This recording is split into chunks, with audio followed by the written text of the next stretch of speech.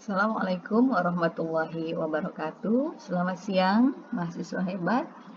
Semoga semua dalam keadaan sehat walafiat. Pertemuan hari ini kita akan membahas penyajian data. Penyajian data yang akan dibahas hari ini adalah penyajian dalam bentuk tabel dan diagram. Tetapi untuk kesempatan pertemuan ini yang akan kita bahas baru penyajian data dalam bentuk tabel saja. Baik.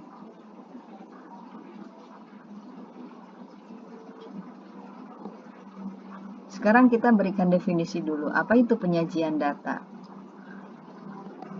Ya, penyajian data adalah pemaparan data yang sudah kita kumpulkan dalam bentuk tabel ataupun diagram ataupun grafik agar informasi tersebut mudah dipahami.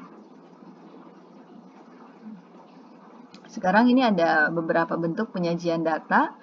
Ini sudah saya pilih. Yang pertama adalah dalam bentuk tabel, yang kedua dalam bentuk grafik, yang ketiga dalam bentuk diagram, yang keempat dalam bentuk keadaan kelompok, dan yang terakhir dalam bentuk pengukuran penyimpangan. Memang ini ada beberapa ya. Di sini kita bisa melihat ada 5 bentuk penyajian data. Oke, ini akan kita pelajari satu persatu. Yang pertama, untuk pertemuan kali ini, kita akan membahas tentang penyajian data dalam bentuk tabel terlebih dahulu. Oke, jadi di sini untuk penyajian data ini kita bisa menyesuaikan ya pilihannya. Apakah kita akan menyajikan tabel itu dalam bentuk, apakah data itu akan kita sajikan dalam bentuk tabel? Itu bergantung kebutuhan juga, bergantung juga jenis datanya. Kemudian untuk penyajian tabel dalam bentuk grafik itu sama seperti pilihan tabel. Jadi fokusnya adalah kebutuhan. Ya, kebutuhan kita akan menyajikan untuk kepentingan apa gitu ya. Jadi lebih kepada tujuannya ya. Kalau tujuannya itu untuk menyajikan data-data angka-angka saja secara jelas gitu, kita bisa memilih tabel ya. Untuk keadaan kelompok itu biasanya kita ingin memberikan deskripsi yang sedetail-detailnya tentang kelompok yang kita deskripsikan dalam bentuk ini ya, dalam untuk penyajian data keadaan kelompok itu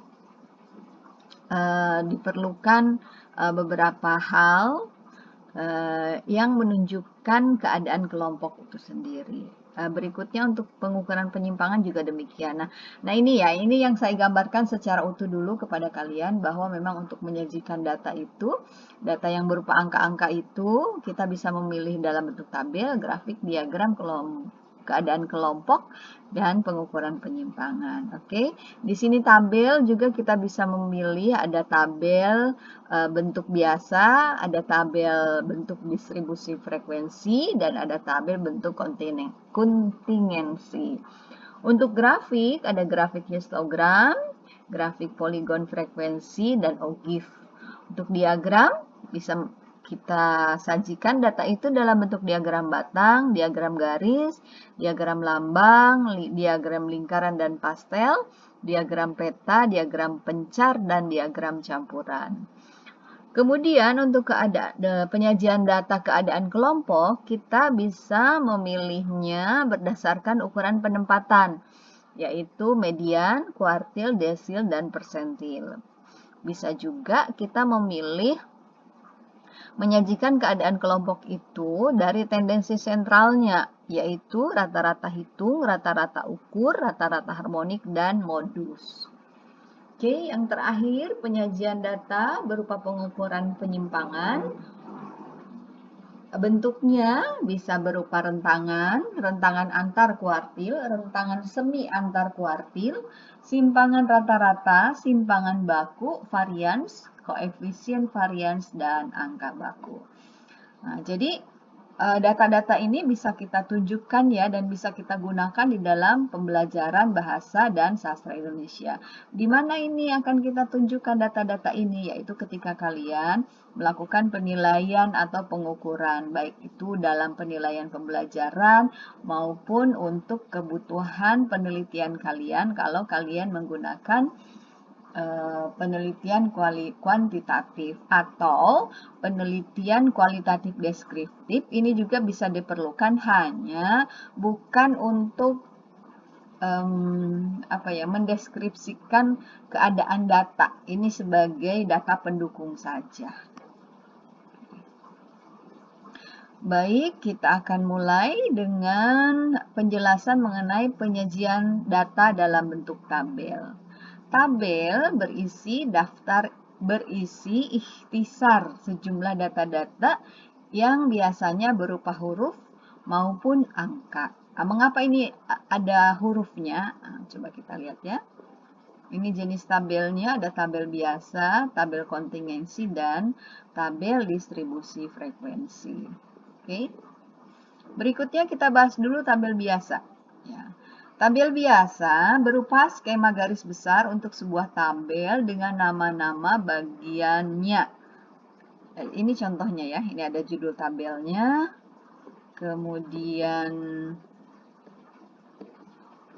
ada judul kolom, ini judul barisnya, kemudian ada sel-sel, ini adalah sel-sel ya, ini adalah sel-sel.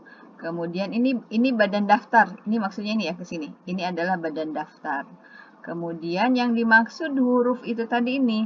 Jadi ada huruf-huruf yang disusun untuk memberikan nama. Misalnya di sini nilai siswa dalam mata pelajaran bahasa Indonesia. Di sini nama siswanya. Di sini apa? Di sini adalah skor-skornya. Ya. Ini sumber dan catatan. Berikutnya ada tabel kontingensi. Kontingensi yaitu tabel yang digunakan untuk menyajikan data yang terdiri atas beberapa variabel atau kategori. Contohnya ini ya. Oke. Ini contoh tabel kontingensi ya. Ini sebenarnya bisa dibuat ke bawah ya, tetapi beberapa variabelnya itu adalah ini negaranya, kemudian ini adalah perolehan medalinya, baik emas, perak maupun perunggu, kemudian ini ada total keseluruhan, ini juga disajikan secara berdampingan seperti ini ya. Berikutnya ada tabel distribusi frekuensi. Teknik pembuatan distribusi frekuensi. Yang pertama, urutkan data dari terkecil sampai terbesar.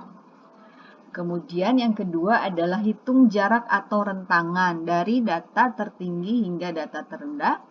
Hitung jumlah kelas dengan cara menghitung 1 ditambah 3,3 log N. Ini adalah rumus kunci ya, 1 ditambah 3,3 log N-nya ini adalah jumlah. Ya, jumlah data. Oke. Kemudian hitung panjang kelas interval yaitu R. Ini ya hasil penghitungan dari R ini. Data tertinggi dikurangi data terendah. Kemudian dibagi K. K itu adalah jumlah kelas. Jumlah kelas itu rumusnya ini. 1 ditambah 3,3 log N ya. Tentukan batas terendah ujung data pertama dan menentukan batas bawah dan batas kelas. Caranya seperti ini ya. Batas bawah kelas terendah dan batas bawah kelas tertinggi ditambah P ini diperoleh dari sini dikurangi 1. Kemudian buat tabel sementara dengan cara dihitung satu demi satu yang sesuai dengan urutan interval kelas. Membuat tabel distribusi frekuensi dengan memindahkan semua angka frekuensi. Nah, ini contohnya ya.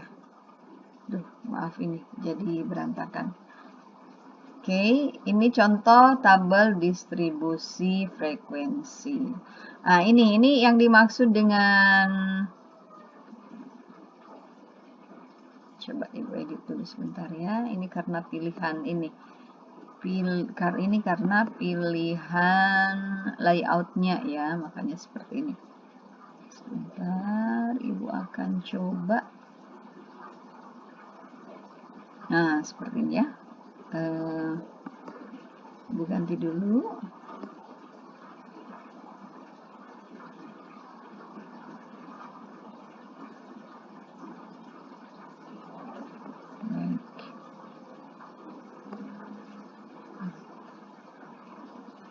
Oke. Ini contoh tabel distribusi frekuensi. Ini contoh tabel sementara atau tabulasi data. Tabel distribusi frekuensi nilai ujian statistik Universitas Islam Lamongan.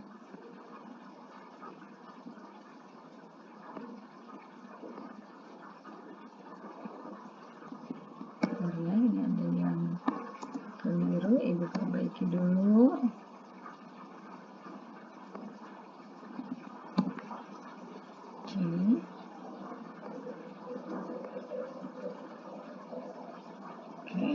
Nilai interval. Nilai interval itu dia jarak antara nilai terendah dengan nilai tertinggi ya.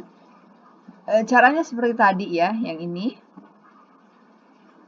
Cara membuatnya. Ini hitung jarak rentang dari data tertinggi hingga terendah, kemudian diurutkan. Urutkan dulu data terkecil sampai data terbesar. Oke, dan ini adalah hasilnya.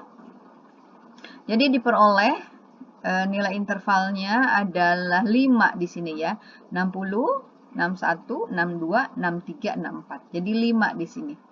Rentangnya 5. Diperoleh ini menjadi 1, 2, 3, 4, 5, 6, 7.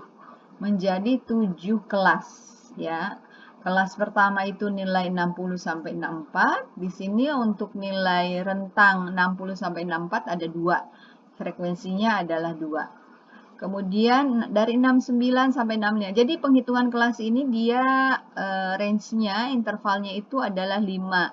Kita bisa mengurutkan 60, 61, 62, 63, 64. Ini kelas pertama.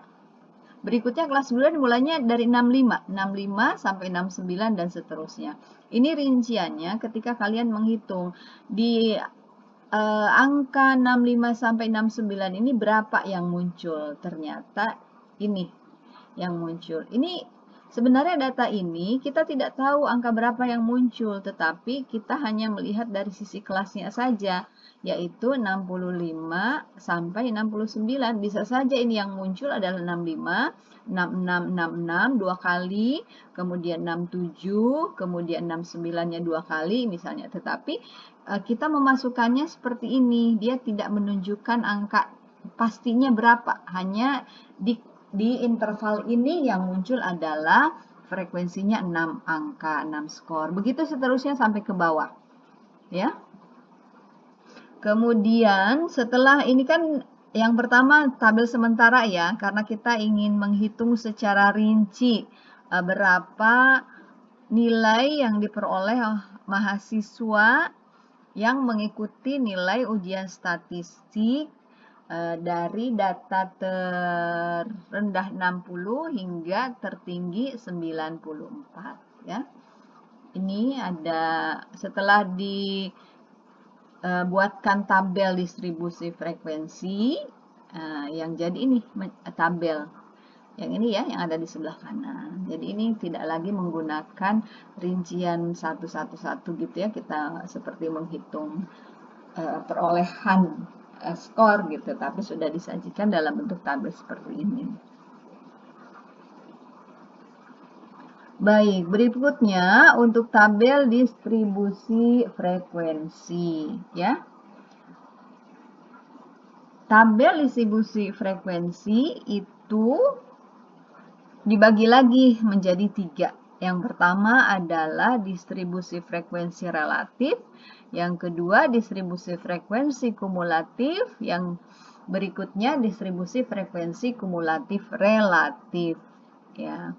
Distribusi frekuensi kumulatif itu ada yang kurang dari dan distribusi kumulatif lebih, ya.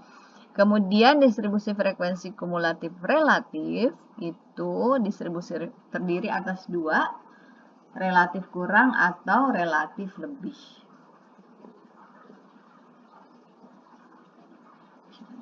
Ini ya. Untuk distribusi frekuensi relatif, distribusi frekuensi ini berisi nilai frekuensi yang tidak dinyatakan dalam bentuk angka mutlak. Akan tetapi kelasnya dinyatakan dalam bentuk angka persentase atau angka relatif, ya. Nah, tadi kita sudah melihat ya, ini adalah tabel yang disusun sebelumnya ya. Bagaimana cara penghitungannya?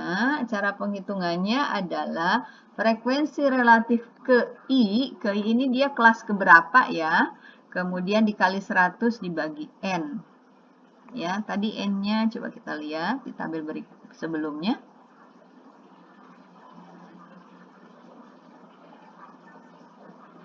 Nah, 70.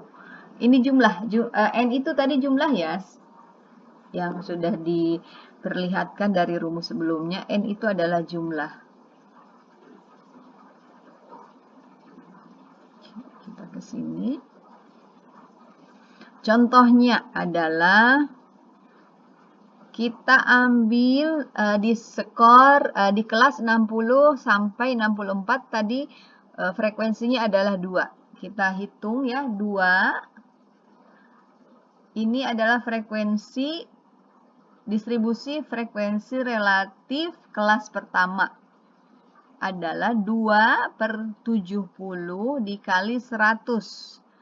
Persentasenya adalah 2,857. Ini pembulatan 3 angka di belakang koma ya. Kalau pembulatan 2 angka di belakang koma menjadi 2,9. Ya, kita hitung. Jadi caranya seperti ini ya. Frekuensi relatif untuk setiap interval ini bisa dicari berdasarkan frekuensinya tadi berapa. Ini untuk interval 60 sampai 64 adalah 2,875. Jadi kalian tinggal menghitung. Cara penghitungannya itu seperti ini. Dia frekuensinya di kelas yang mana? Kalau di kelas 65 sampai 65 sampai 69 itu tadi frekuensi kumulatifnya adalah ini ya, frekuensi kumulatifnya 6. Maka 6 dibagi 70 dikali 100 sama dengan 2,571. Jadi seperti ya, itu ya, silakan dihitung. Berikutnya untuk distribusi frekuensi kumulatif yang nilai frekuensinya dipolar dengan cara menjumlahkan frekuensi demi frekuensi berdasarkan distribusi frekuensi mutlak. Contohnya seperti ini ya. Oke, caranya ini seperti apa? Kita melihat dulu. Untuk nilai interval yang kurang dari 60, tadi kita mulainya dari rentang berapa? 60 sampai 64 ya, kelas 1. Kemudian kelas kedua 65 sampai 69. Kemudian berikutnya 70 sampai 74 gitu ya, sudah kita kelompok-kelompokkan. Nah, untuk kurang dari 60 berarti tidak ada, karena kita memulai skornya tadi penghitungannya dari 60 sampai 94 skor yang ada, sehingga nilai interval yang kurang dari 60 itu tidak ada. Kemudian yang kurang dari 65 ada 2. Ini diperoleh dari mana? Karena tadi di interval pertama kita melihat ada skor 60 sampai 64 itu ada 2 frekuensinya. Ini kita kurang dari ya, kurang dari 65 karena tadi di 60 sampai 64 ada frekuensi 2. Yang kurang dari 70 berarti dia sampai di skor 69. Nah, skor 69 itu tadi kita sudah melewati 2 kelas, yaitu skor 60 sampai 64, kemudian 65 sampai 69. Yang 60 sampai 64 itu ada 2 frekuensinya. Kemudian yang di 65 sampai 69 itu ada 6. Maka yang kurang dari 70 ada 82 ditambah 6. Begitu ya. Kemudian untuk nilai interval 60 atau lebih. Nah, berarti hitungannya mulai dari 60 sampai 94. Karena N-nya tadi adalah 70, maka yang memperoleh skor lebih dari 60 ada 70 orang. Kemudian yang memperoleh skor 65 atau lebih, berarti kita harus menghitung yang kurang dari 60 yang kurang dari 65. Tadi ada skor 60 sampai 64 dan frekuensinya ada 2. Maka 70 dikurangi 2. Berarti untuk nilai 65 atau lebih ada 68 mahasiswa. Begitu juga yang untuk 70 atau lebih. Mengapa di sini 62? Karena di skor 60 sampai 64, kemudian 65 sampai 69 itu ada frekuensi 2 dan 6. Ya, berarti di sini yang 70 lebih itu dia 64 dikurangi 68 dikurangi 6. Karena tadi ada 65 sampai 69 itu ada 6 orang. Itu ya. Jadi kalau distribusi kumulatif atau lebih itu kita menghitungnya 60 atau lebih semuanya dulu N. Ya, dibalik ini ya. Dibalik antara distribusi kumulatif kurang dari dengan distribusi kumulatif atau lebih. Berikutnya ada distribusi frekuensi relatif kumulatif yang diubah menjadi nilai frekuensi relatif atau dalam bentuk persentase dengan rumus. Nih frekuensi kumulatif sekian persen yang keberapa, kemudian dibagi N dikali 100. Ya. Oke, yang tadi distribusi frekuensi kumulatif kurang dari atau lebih gitu ya. Hitungannya tadi kita sudah dapat ya di tayangan sebelumnya, di slide sebelumnya. Jadi yang kurang dari 0%, yang kurang dari 65 itu sekian persen. Jadi kita tetap menggunakan ini ya, tetap menggunakan rumus ini yang 70. Dan kita lihat berapa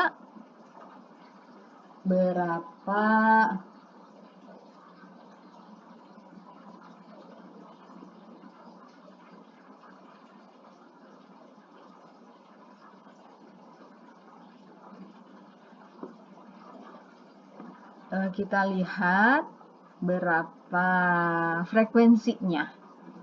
Ya, karena tadi kan yang di distribusi frekuensi kumulatif atau lebih itu yang skornya 60 itu ada 70, berarti 70 per 70.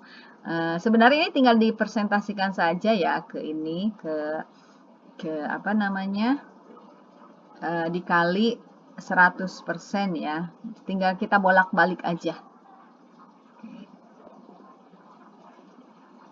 Oke, demikian untuk penjelasan mengenai penyajian data dalam bentuk tabel ya. Pertemuan berikutnya kita akan membahas penyajian data dalam bentuk grafik, kemudian diagram.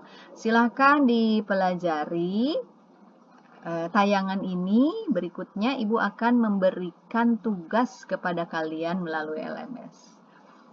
Selamat belajar, tetap semangat. Assalamualaikum warahmatullahi wabarakatuh.